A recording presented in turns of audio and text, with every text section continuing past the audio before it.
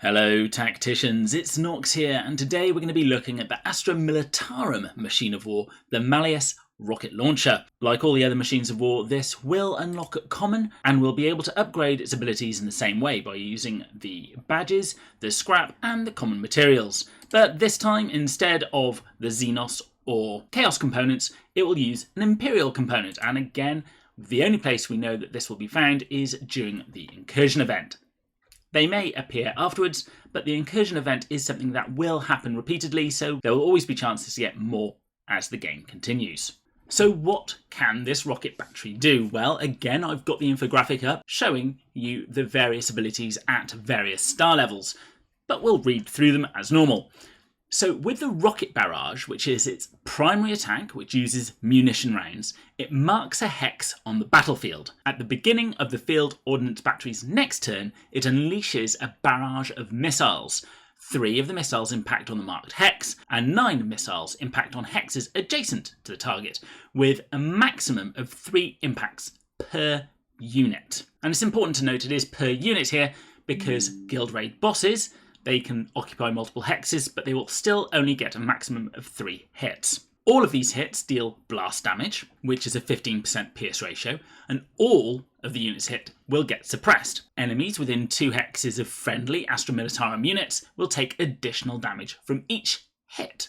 So you can see this is already making sure that you're going to want to bring in people like Yarick or other Astra Militarum units. The other thing to notice is that it's got an initial cooldown of 1 round, so this means you cannot fire it in the first turn, and in guild raid bosses you certainly won't want to be firing it in the 6th turn, because those rockets just won't land. So to get the maximum damage out of this, you are going to want to get as much munitions as possible, because to get the damage you need those munitions, and we don't know how rare they are, so if you're a free-to-play player, I would suggest keeping away from this one. If you're happy to use your in-game currency and possibly real money on those munitions, this could well be the one for you. Its secondary ability, which is the forward spotter, and this is the one you don't need to use munitions for, summons Acadian guardsmen in a hex adjacent to the friendly targeted unit.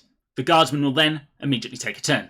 And that's got a cooldown of 2 rounds, so you're not going to be able to do that until round 3. So again, this really hammers home the fact that this machine of war needs those munitions to actually work. Those guardsmen have got stats that we're very familiar with because of Yarick and Creed. So what does this look like in action?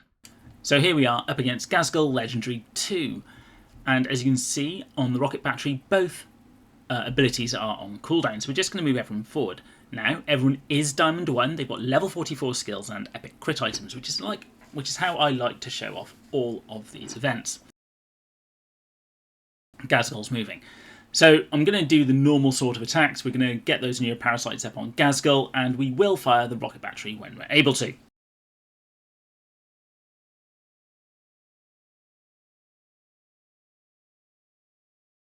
Now, the benefit that the rocket battery has when it fires, if it hits, all of the rockets which do hit will cause suppression, which will of course increase that neuroparasite. But it is indeed if it hits. As you can see here, it missed.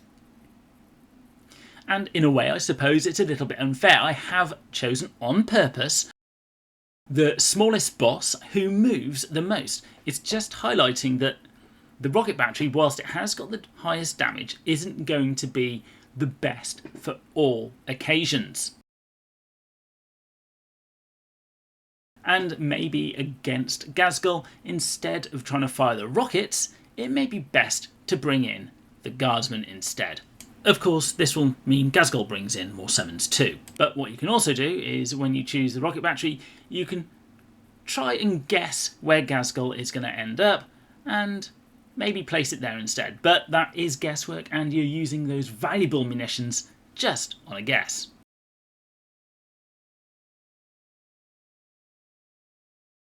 And of course we couldn't have brought in the guardsmen before round 3, so before then you're just stuck using the rocket barrage.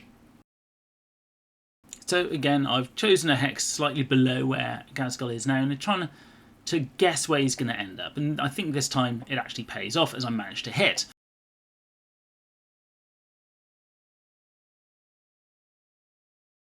Now, this is the second to last round, so we can use the rocket barrage, but in the final turn, don't use that rocket barrage. It will use your munitions, and, well, it's going to do absolutely nothing. So be careful against any guild raid boss that you use that against. And we'll finish off with the guardsman summoned next to the zone thrope, and there he goes.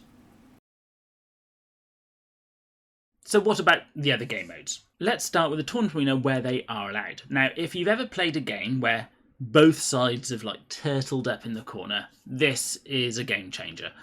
It won't be possible if you have this and your enemy doesn't. You'll quite happily just hammering this into them and win the game.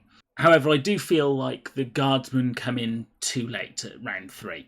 For Guild War, I can see this actually being quite useful. The AI is not the smartest, and you'd probably be able to guess more or less where the enemy's going to end up because they're just going to charge towards you. As such, this rocket launcher will do a great job there. And of course, if you're running low on munitions, you can start calling in your own summons to take care of any overwatch that they may have. Hopefully, we will actually get some more information on how frequently we get munitions, so we can make a more informed choice over whether this is actually a good one to get or not. If you like these videos, then it would be much appreciated if you at least think about using my friend code, as it really does help me out. Or if you or your guilds are looking for a new home, please reach out to any of the guilds shown, as we'll always welcome new people into our midst. As always, don't forget to like, comment and subscribe, and I'll be seeing you on the battlefield.